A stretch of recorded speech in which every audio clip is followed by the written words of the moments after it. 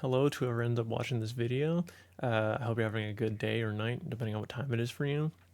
As you can tell from the title of this video, I'm going to be discussing video production. And now you might be wondering, like, what are my qualifications for that? My name is Brandon Smith. I am a student at the University of Davis, California, and my major is cinema and digital media. As you can guess from the title, cinema, it deals with a lot of video production. But one issue I've kind of always had with that major is the fact that I feel like it doesn't go into the topic enough. Like if you threw me into a job or told me to start a YouTube channel, I feel like I just personally do not know enough to do those things. Like I would fail. So I decided I wanted to do my own research on the topic as well as getting some hands-on experience by making this video. And I wanted to share my findings with other people who might be in the same situation as me or who just are curious about starting their own channels and wanting to make videos. So the way this video is going to go, I'm going to break it up into 4 different sections to make it easier to follow along with. The first section is going to be called pre-production because it's going to talk about what you mainly want to do before you actually start producing your video, start recording it. The second section is going to talk about production, and that's when you're actually, recording your video. The third section is going to talk about post-production. That's what you do after you've recorded your video, such as editing. And then finally, the fourth section is going to just talk about my own personal thoughts on the topic of video production as a whole and like what it's like to learn about producing videos. Before I move on to those sections, there are a couple things I want to cover in this sort of introduction that I feel are important to talk about. First of all, why is it important to talk about video production? The thing is, nowadays, video production is so important just because we live in like the digital age. Whether it's for like a job, because so many companies are, they make commercials that takes video production. YouTube, TikTok, Twitter, there's so many videos on there that knowing how to make videos can be very helpful. And it's also one of the things that anyone nowadays can pick up video production. Like all you need, your phone. It's good enough for video production. Obviously, if you want high quality stuff, you might want to get nicer equipment. But at the end of the day, all you need is a camera to get started. You don't even need sound. I mean, look at my camera. Be honest, it's not a good camera. This camera is like $30 and the quality is not great, but I'm still producing a video. Another thing to talk about is that this video, it's not going to be like a strict tutorial. I'm going to talk about those sections that I talked about, but in general, it's just going to be more like tips and discussion. So because of that, I highly encourage you to do more research on your own. I will have some sources that I used for my own research on screen right around nowish, but it'll also be in the description, so you can click down there, read those articles and those works more, and also, again, you can try to bounce off of those articles and find more on your own. But anyway, that's it for the introduction part. Now I'm going to move on to pre-production. Pre-production, as stated before, is what you do before you actually start recording your video. There's so much that can be talked about when it comes to pre-production that I physically cannot cover at all, which is another reason why I encourage you to do more research on your own. But for this video, I'm going to cover 3 things. Concept and planning, scripting and storyboarding, and then finally like your gear/equipment. So for concept and planning, to me what that is essentially knowing what kind of video you want to make and know who you're making it for. For example, this video, it's a discussion-based video, so it's going to be very casual. And to further that casuality, my audience is someone that wants to get into video production. And because of that, I know that they don't know much about video production. So I'm not going to use the complex terms or descriptions that someone like a director in a Hollywood movie might use. Because again, they don't know much. So it's very important to know like who you're making it for, so you know the proper tone and style that you want to do. Now for scripting and storyboarding, scripts and storyboards are meant to help you when it comes to actually making the video. A script, for example, is what like your actors or you, in this case me, are going to say during the video. Scripts come in many different shapes or forms. I'll actually be showing my script for this video on screen right about nowish. And as you see, my script doesn't actually have direct lines I'm going to say, it just has general notes for me to cover. If you're doing a skit, you might want more direct lines because you're going to do multiple takes and you want it to be the exact same words every time. And storyboards are very similar in that regard. What storyboards are is they are descriptions of how the shot will look like to the camera. For example, This shot right here is like a close-up shot. You see it, about chest to shoulder level. There's not much room between my head and top of the camera. Whereas something, if I was farther back, let's say farther back here, this is more of a mid-range shot because you see right around to my pants, about the waist right here-ish. So a storyboard will sort of tell you what does the shot look like at this time. And I'll show my storyboard on screen right about here. And as you see, my storyboard is once again just kind of text and notes. Typically, storyboards are drawings because drawings are a great way to convey what the camera will look like, but they don't need to be. Their only purpose is just to help you coming up with the shot and what you're going to say. And technically, you don't even need a script or a storyboard at all. The only reason you're seeing my script and storyboard is because I'm showing it to you guys. If you watch other videos on YouTube, you won't see them at all. It's as if they didn't exist. So if you're just by yourself, working by yourself like I am, technically you don't need them. I highly encourage making them because they're meant to help you with making the video, but technically you don't need them if you're by yourself. If you're working with a crew of people, then you definitely need them just because they'll help communicate between people like, hey, this is what we're going to do at this time, this is what we're going to do at this time, etc., etc. But again, they're there to help you know what you're going to say and what the shot's going to look like. And that's really it on script and storyboarding. I highly recommend it, but again, do it how you want to do it. So on to gear. Gear is the literal equipment that you'll use to record your video. For example, I'm using 2 pieces of equipment to record my video right now. I have my webcam right here. I can't show it here because obviously I'm using it, but I'll take a picture and show it on screen right about now-ish.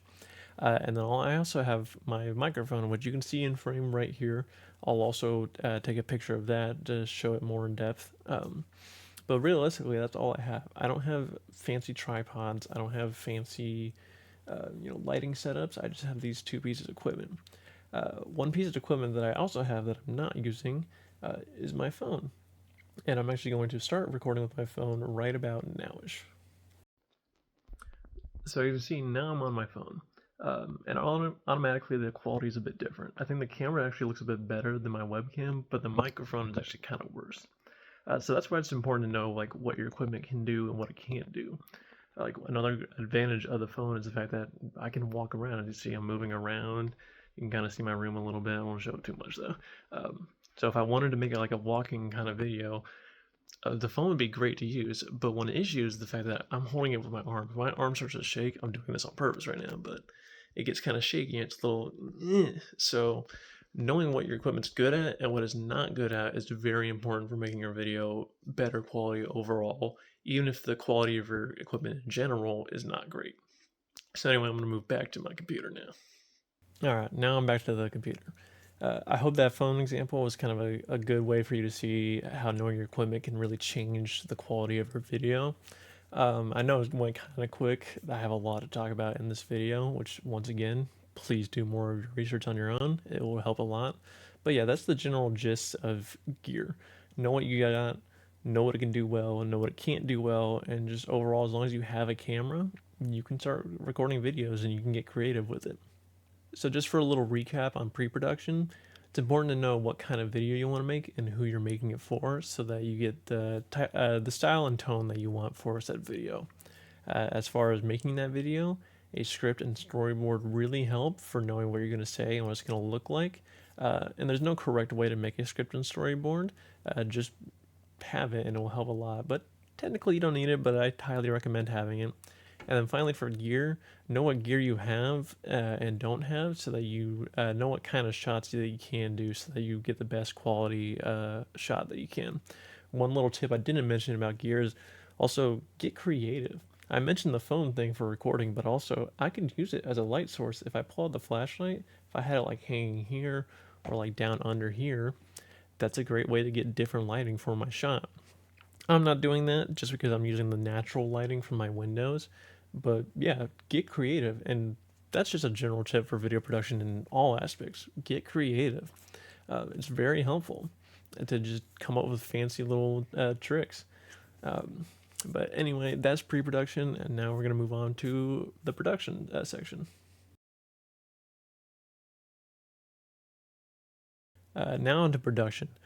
There's a lot that can be talked about for production, even more so than pre-production, because that's when you're actually recording the video like how I'm doing right now.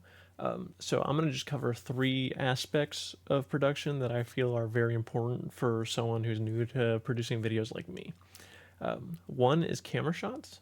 The second one I call continuity. And the third one I call breaking the script, which is something I'll get into more later. But onto camera shots.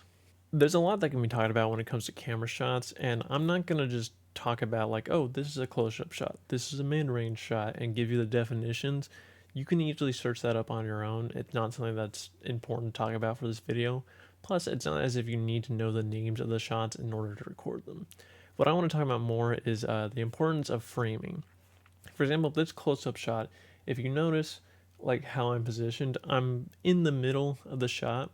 I'm not I'm not too high up, I'm not too far down, I'm not too far left or right. I'm in the middle because the whole point of this is I'm talking to you, and it would be awkward if I was talking to you yet I was like leaned like way over here. This would be awkward for you to follow along with. I'm also farther from the mic, so the quality might have actually gotten worse. I can't tell. Um, but in general, know what shot you're trying to make and then get the proper framing. For example, this is also technically a close-up shot, but it's a really bad one. Like my chin's kind of like barely in frame. There's so much empty space above me. It just looks bad. Same if you were trying to do like a long range shot. Like if you wanted to see me walking, and you wanted my whole body in frame, have me in frame, but don't have a bunch of empty space above me because it just makes the shot look weird. Now, that's not to say that you can't go against conventional shots. Maybe you have that empty space on purpose. For example, I'm doing this bad shot on purpose to show you that it's a bad shot.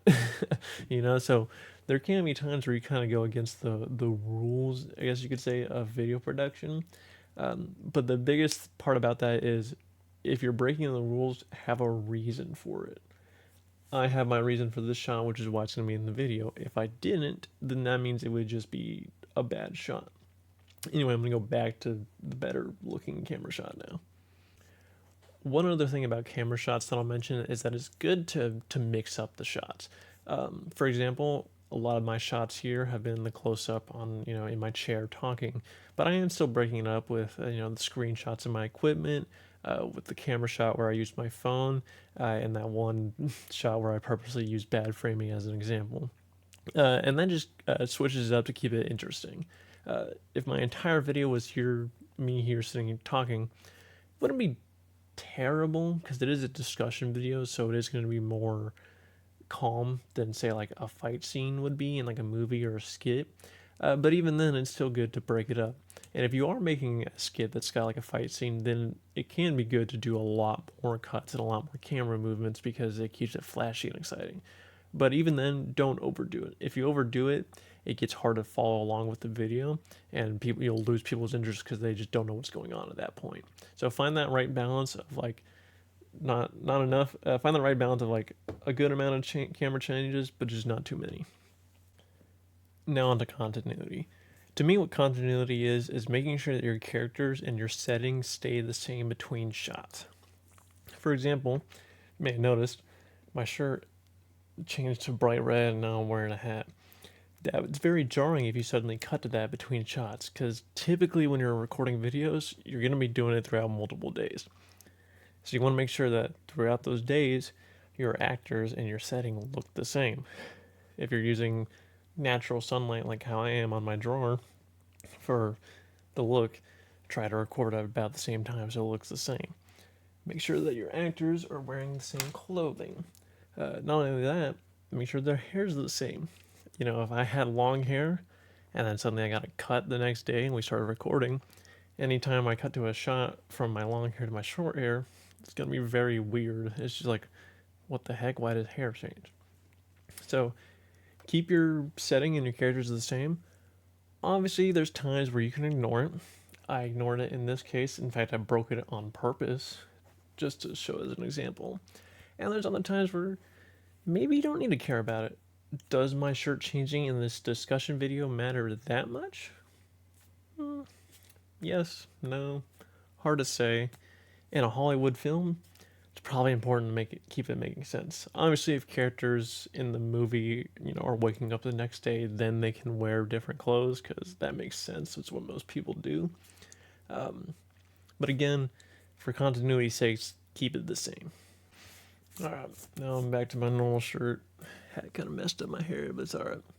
So, uh, script breaking, or breaking the script as I called it. What that means is that while you're recording, uh, it's okay to go against what you initially planned in pre-production. Yes, the script and storyboard are there to help you with recording, so you know what to say and know what to do. But while you're recording, you might come up with a better idea than what you had before.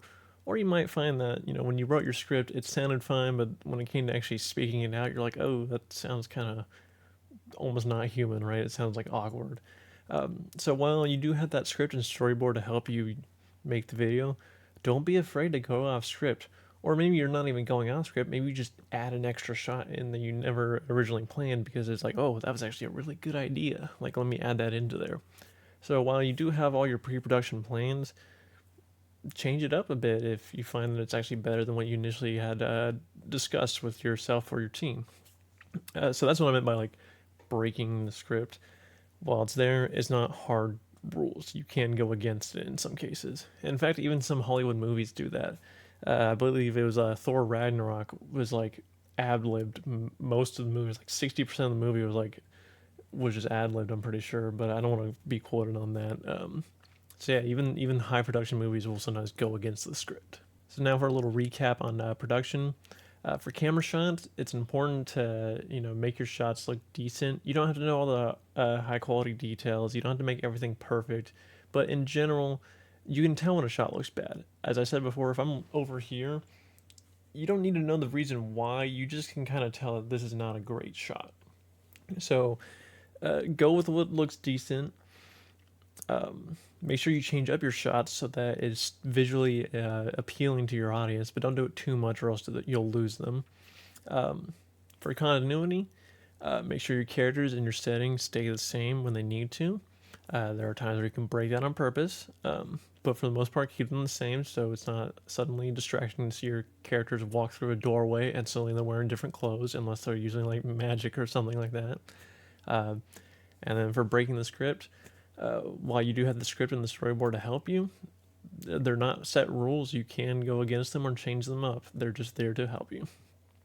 So anyway, that's it for production. Now we're going to talk about post-production.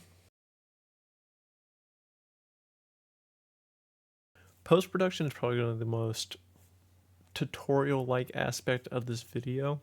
I'm going to be showing you some general examples of what it's like to edit a video.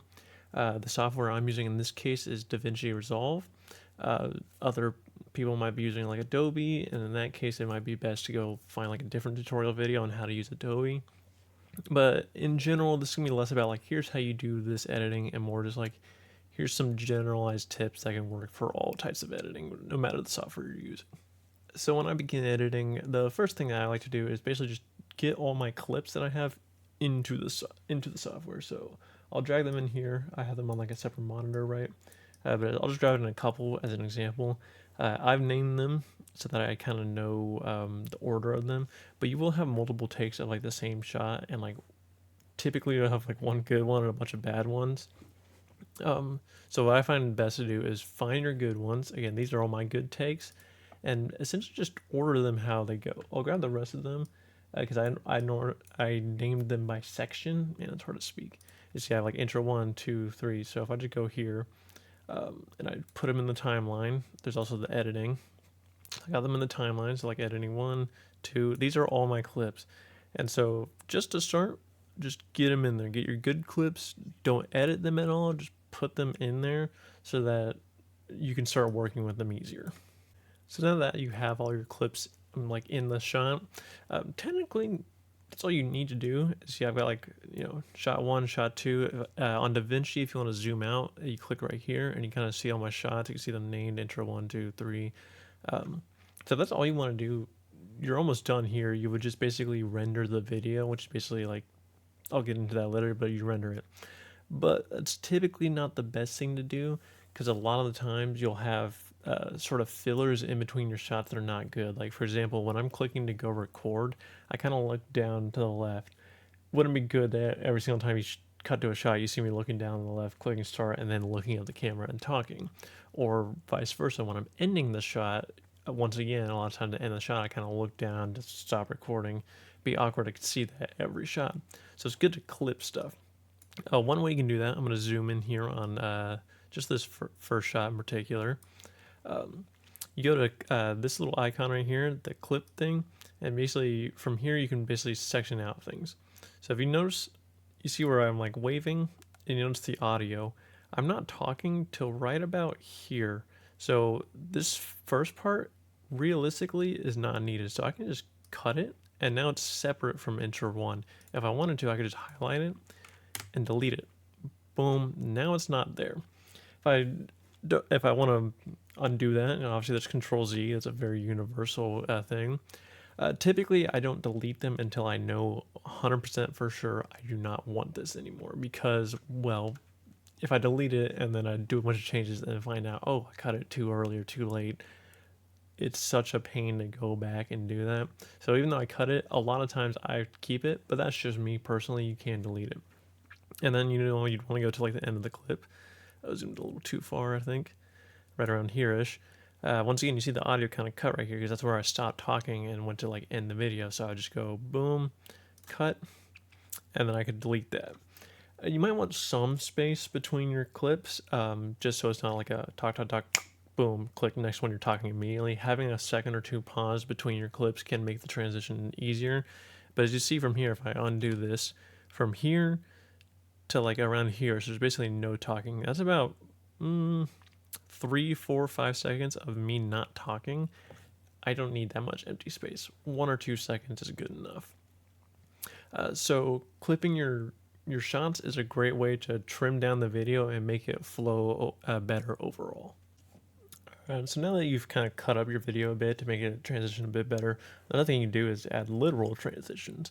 When you go into like DaVinci, you can see right here video transitions, and I can click on like blur dissolve, click that, and if I click on here and I add it, you'll see that there's this little white kind of dot, I guess you say, and if you move it around, you can see the change. I don't really know how to describe it. It kind of goes angled, and that's me adding a transition. So if you see here now, if I replay the video and you watch at the top right, now it kind of has that transition of it fades in. And moving this dot, if I pause it here, moving this dot will extend how long that goes. Technically, this, like, I could have this go for like 20 seconds. As you see, it's very slow to fade in. It's very dark, keeps going for a long time.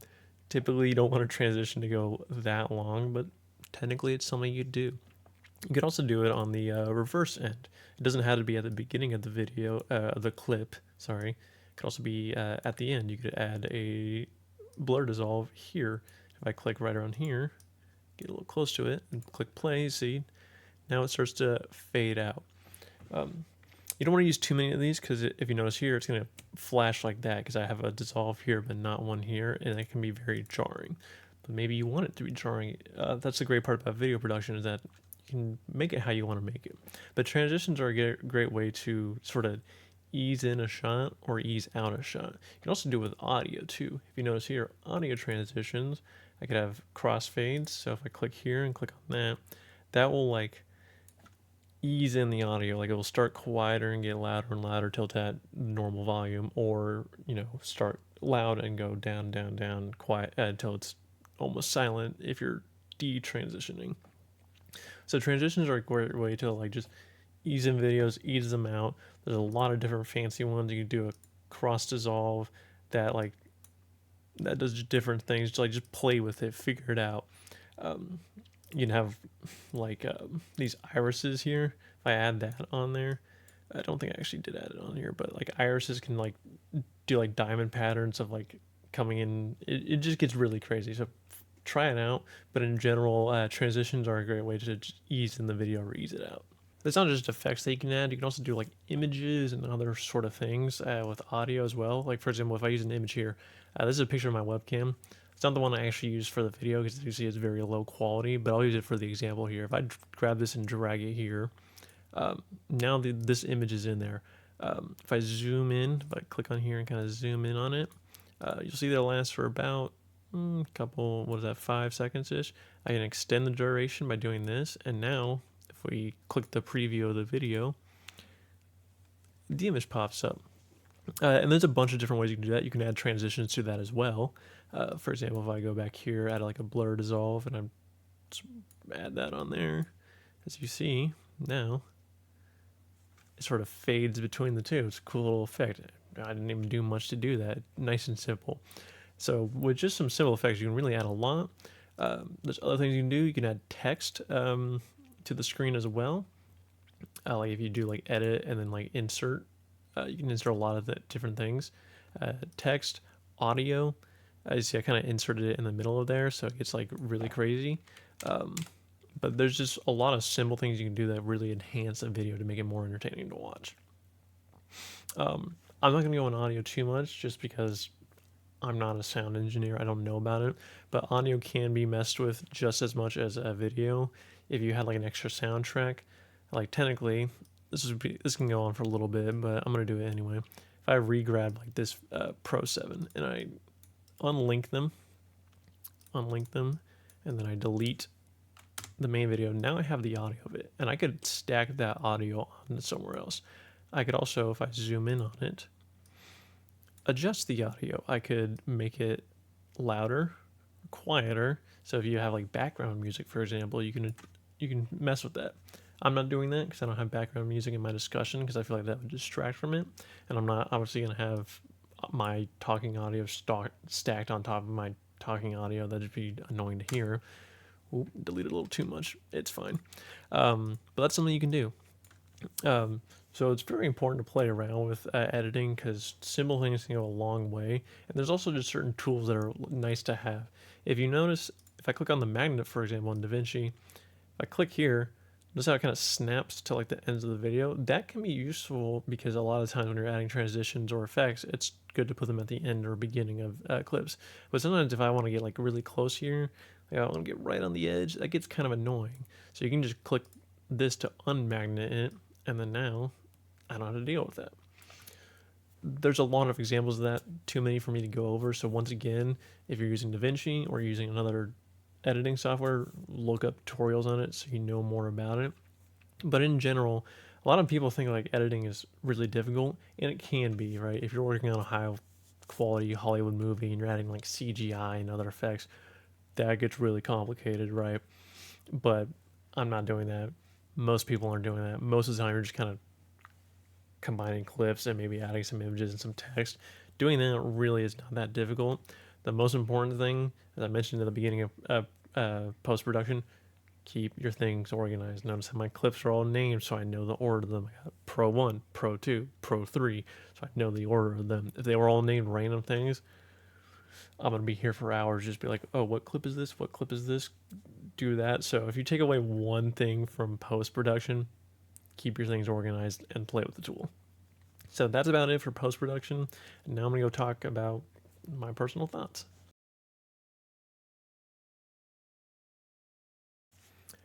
So now after going through most of the topics here, what are my personal thoughts on this? Like, what was it like to learn about making videos for myself? It's very complicated to answer because on one hand, video production is so open-ended and it can go in so many different styles that is really great how creative you can be. But on the other hand, it's overwhelming. Like you can struggle to know where to start. Like this entire video, it might help some people. They're like, my tips that I gave them might be really useful, and they might be like, oh, now I can start doing this.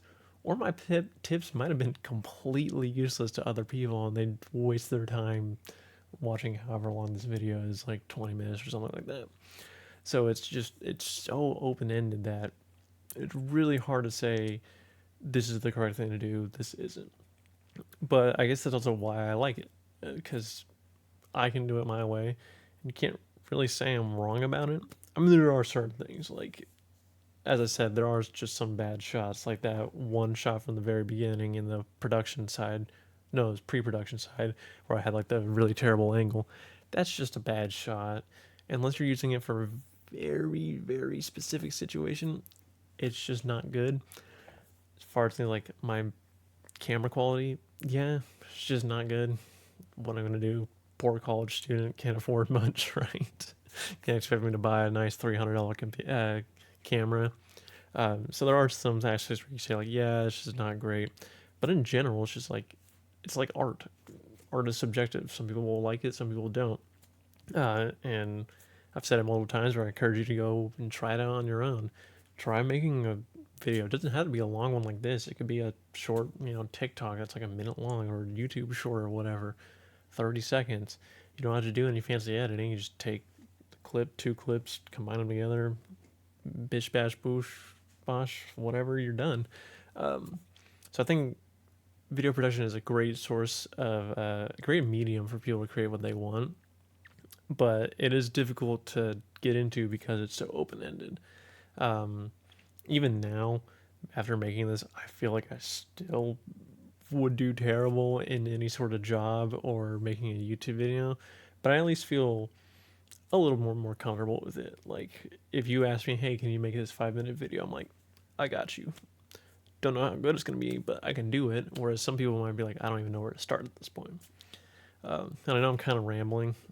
This is my own reflection of thought section, so this is more where I'm comfortable with just letting my own words go. Uh, so I don't want to try this out for too long, so I'm going to end the video here. Thank you for watching, whoever does see this. Hope it was interesting at the very least. If it didn't help you, at least I hope it was interesting. If it did help you, that's great. And I hope you have a good rest of the day. Or night. Whatever.